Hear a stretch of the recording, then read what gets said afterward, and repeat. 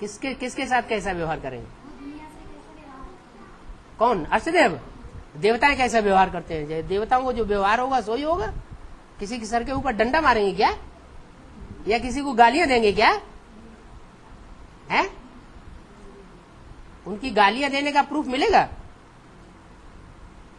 वो तो किसी को गाली नहीं देने वाले होंगे, ना बाहुबल चलाने वाले होंगे।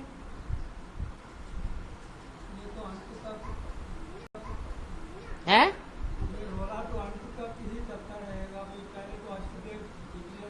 हाँ, 108 एकदम कैसे होंगे? पहले चंद्रवंशी प्रत्यक्ष होंगे, सूर्यवंशी के बाद चंद्रवंशियों का नंबर लगेगा, फिर इस्लाम वंशी प्रत्यक्ष होंगे, फिर बौद्ध वंशी प्रत्यक्ष होंगे, फिर क्रिश्चियन ग्रुप प्रत्यक्ष होगा, और जो जो प्रत्यक्ष होता जाएगा उसकी ऐसे ही धूतेड़े की होती रहेगी।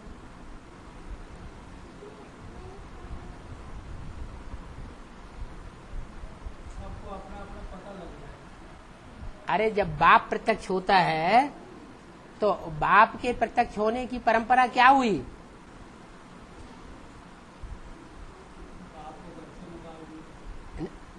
ग्लानि होना चाहिए ना, ग्लानि हो, और ग्लानि भी प्रत्यक्षता का साधन बन गई है। ये बुद्धि में बात बैठी होनी चाहिए, ये जरूरी है। बाबा, हाँ, मुस्लिम बोलो, अवैतवाणी बोलो, पूर्वज आत्माओं की पालना डायरेक्ट बाप से होती है। हाँ जी। ऐसे तो एडवांस पार्टी में जितने भी बच्चे, सबकी पालना तो डायरेक्ट बाप से ही हो रही है। यज्ञ का आदि भूल गए, पूर्व जन्म भूल गए? कौन से धर्म के हो? हैं? पूर्व जन्म की बात है। यज्ञ के आदि में जो अष्टदेव हैं, उन अष्टदेवों ने डायरेक्ट बाप से पालना ली है, पहले बाद में औरों का नंबर लगता है। बाबा ये बोला है कि इंद्रदेव ने सोचा कि हम ज्ञान बरसा देंगे और सबको बहा देंगे, लेकिन कृष्ण ने उंगली का सहारा लेकर के गोवर्धन पहाड़ उठा लिया। तो इसका मतलब यहाँ इंद्रदेव जो अष्टदेव में आने वाले इंद्र है, उनकी बात है। जो पर्वत उठाया जाता है वो तो कृष्ण की उंगली पे उठाया गया है क्या? और कृष्ण जो है वो तो दुनिया वालों ने उस देवता को समझ लिया, लेकिन है किसकी बात है? जो भगवान का प्रैक्टिकल पार्ट है उसकी बात है। उस प्रैक्टिकल पार्ट बजाने वाले की, जैसे हाथ सहयोगी होते हैं, ऐसे उंगलियां भी तो सहयोगी है ना। सहयोगी हाथ के भुजा की भी सहयोगी कौन? उंगलियां। तो जो सहयोगी की भी सहयोगी है, और उन सहयोगी उंगलियों में भी जो सबसे छोटी है क्या, उसको कहते हैं कनिष्ठ, कनिष्ठिका, सबसे छोटी, उसके ऊपर पहाड़ उठा लिया क्या? अरे अंगूठा के ऊपर उठाया होता तो भी बात थी, सो भी नहीं। इंद्र का मान मर्दन करने के लिए ये दिखाया गया है कि जो छोटे से छोटा पुरुषार्थी है क्या, रुद्रमाला का, जिसकी बुद्धि में परमात्मा बाप का परिचय बैठता ही नहीं, भले साथ में सबसे जास्ती रहता है क्या, बहुत मिलन मेला बनाता है, फिर भी बुद्धि में बैठता नहीं। तो ऐसी छोटी सी छोटी उंगली, उस पर पहाड़ उठा लिया। काय का पहाड़? गऊओं के बढ़ाने का पहाड़। कितनी गऊएं बढ़नी है? यज्ञ के आदि में थी 300-400, और बढ़ करके कितनी हो जानी? 16,000। तो गोवर्धन पहाड़ हो गया ना। ऐसा पहाड़ उठाने का काम, उनको पालना करने का काम किसको सौंपा? छोटी सी उंगली को सौंप दिया तो उठाओ ऊपर, करो संसार में नाम बाला इनका, राज करेगा खालसा। तो सिख लोग बहुत उत्साहित हो जाते हैं। ऐसे सिख धर्म कलयुग के लास्ट का धर्म है, लेकिन देवियों को वो भी मानते हैं, देवियों की पूजा करते हैं।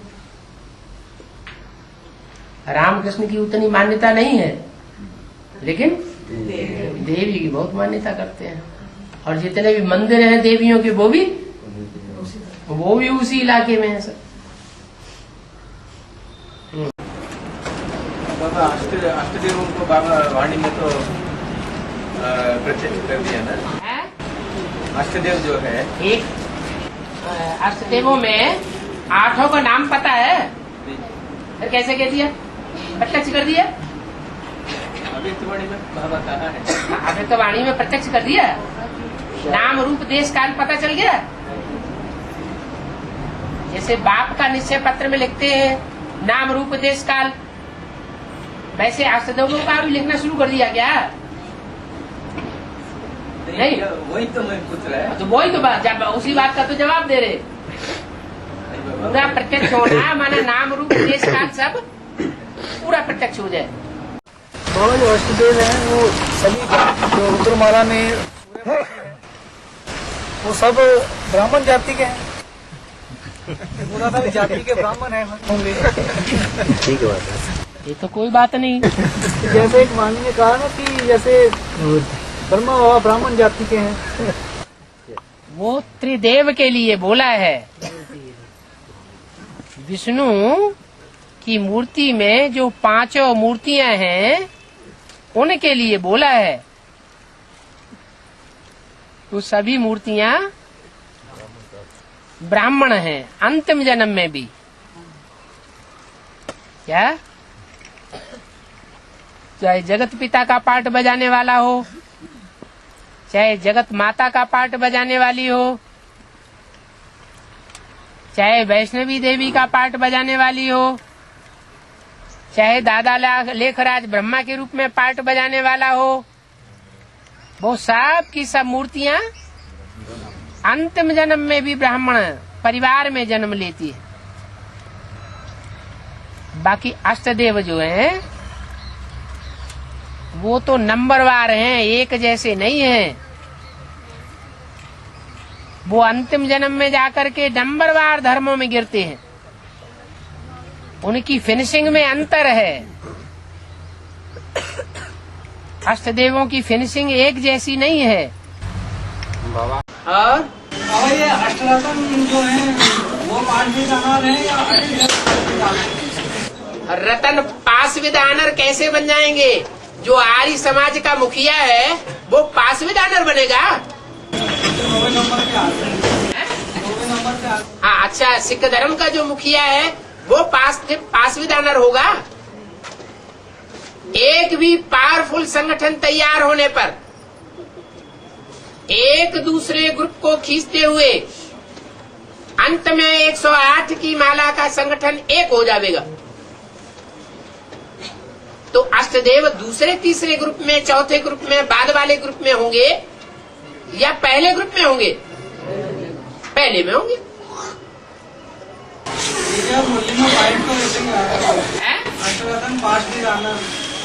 वो तभी अपने ग्रुप के अंदर पास विद ऑनर है। अपने ग्रुप के अंदर। हाँ जी, ये ऐसे ऐसे नाम 8 देवताओं के दिए हुए हैं। वो तो कल्पना से बनाए हैं। बाबा एक दक्षिण भारत में इसलिए यादगार है इंद्र के साथ कि बाप जब आते हैं तो विदेशी बनकर के आते हैं। क्या? बाप विदेशी बनकर के आते हैं तो बच्चे भी विदेशी बनकर के आते हैं। सारे ही रुद्रमाला के मणके क्या है? सब विदेशी। बाप विदेशी तो बच्चे भी सब विदेशी। बाबा, माया जब तक सरेंडर नहीं होगी है, तब तक अष्टदेव सरेंडर नहीं होगा। अष्टदेव बुद्धि से सरेंडर नहीं होते क्योंकि वो रुद्रमाला के मणके हैं। रुद्रमाला के मण के बुद्धिमान बाप के बच्चे हैं। क्या बुद्धिमान बाप के बुद्धिमान बच्चे हैं या बुद्धू बच्चे हैं? बुद्धिमान बच्चे हैं। और बाप विदेशी बन करके आया हुआ है, बन करके आया हुआ है क्या? स्वदेशी है स्वदेशी, लेकिन विदेशी बन करके आया हुआ है। किसके लिए? बच्चों के लिए। तो बच्चे इस समय डबल विदेशी बने पड़े हैं, इसलिए डबल विदेशी बच्चों के लिए बाप भी विदेशी बन करके आया हुआ है।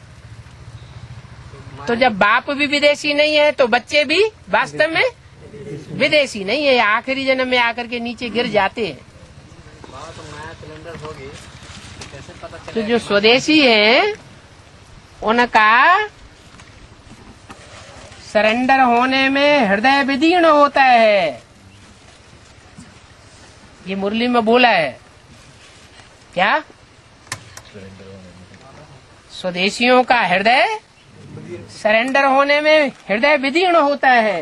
बाबा माया जो सिलेंडर होगी तो पता कैसे चलेगा? नहीं, अभी बताया कि बाप भी विदेशी बन करके आया हुआ है तो बच्चे भी विदेशी बन करके आए हुए हैं, लेकिन अष्टदेव हैं क्या वास्तव में?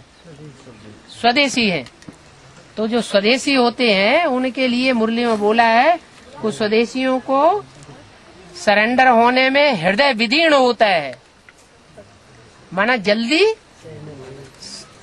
सरेंडर नहीं हो पाते, माने बुद्धि को अर्पण कर दें, ये स्वदेशियों की बस की बात नहीं है जल्दी। बाकी विदेशियों की क्या खास पहचान बताई? फॉरेन माना फॉरेन। तो माया फॉरेनर है या स्वदेशी है? फॉरेनर है, इसलिए उसको सरेंडर होने में देर नहीं लगती। बाबा ये बोलते हैं कि धर्मराज मेरा राइट हैंड है, लेकिन ये भी है कि अष्टदेव में जो इस्लाम धर्म से कनेक्टेड है वो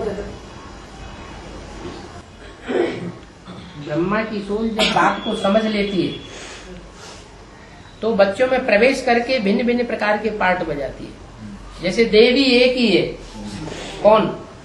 ओम राधे, लेकिन जैसा आधार वैसा पार्ट बजाती है। अलग अलग नाम देवियों के पड़ जाते हैं। ऐसे ही ब्रह्मा की सोल बच्चों में प्रवेश करती है, प्रजापिता की सोल भी बच्चों में प्रवेश करके पार्ट बजाती है। इसलिए प्रैक्टिकल में निमित्त किसी को बनाती है। मैं धर्मराज नहीं हूं, मैं तो प्यार का सागर हूं। मेरे साथ राइट हैंड धर्मराज है, हड्डी हड्डी तोड़ देगा, कर पाए देते हैं।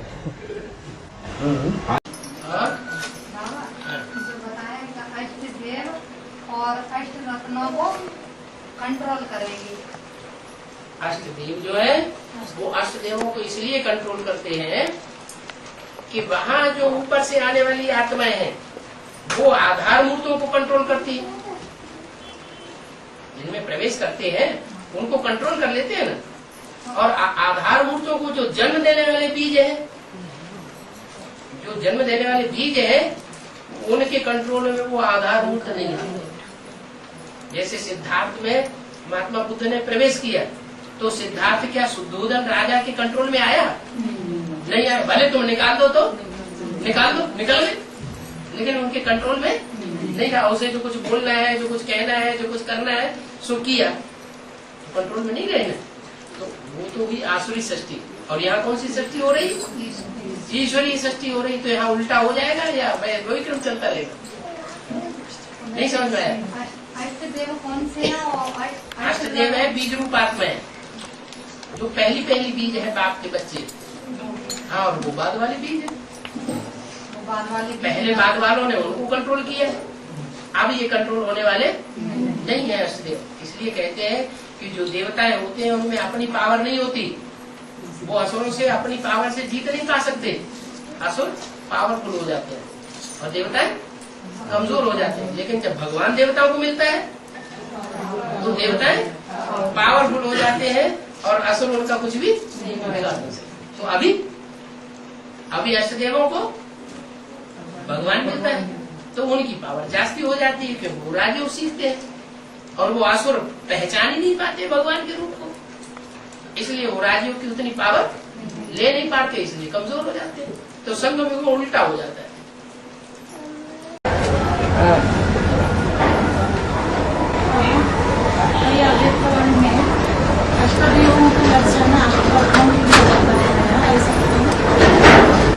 क्योंकि अष्टदेव ज्यादा पावरफुल होते हैं संगम युग में, या अष्ट रतन ज्यादा पावरफुल होते हैं। जो सूर्यवंश की विशेष 8 आत्माएं हैं, उनको भगवान बाप का सहयोग मिलता है, इसलिए वो ज्यादा पावरफुल होने के कारण उन अष्ट रत्नों में प्रवेश करके पाठ बजाती है।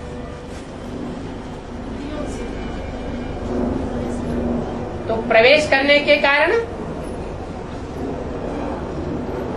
वो ज्यादा पावरफुल होती है,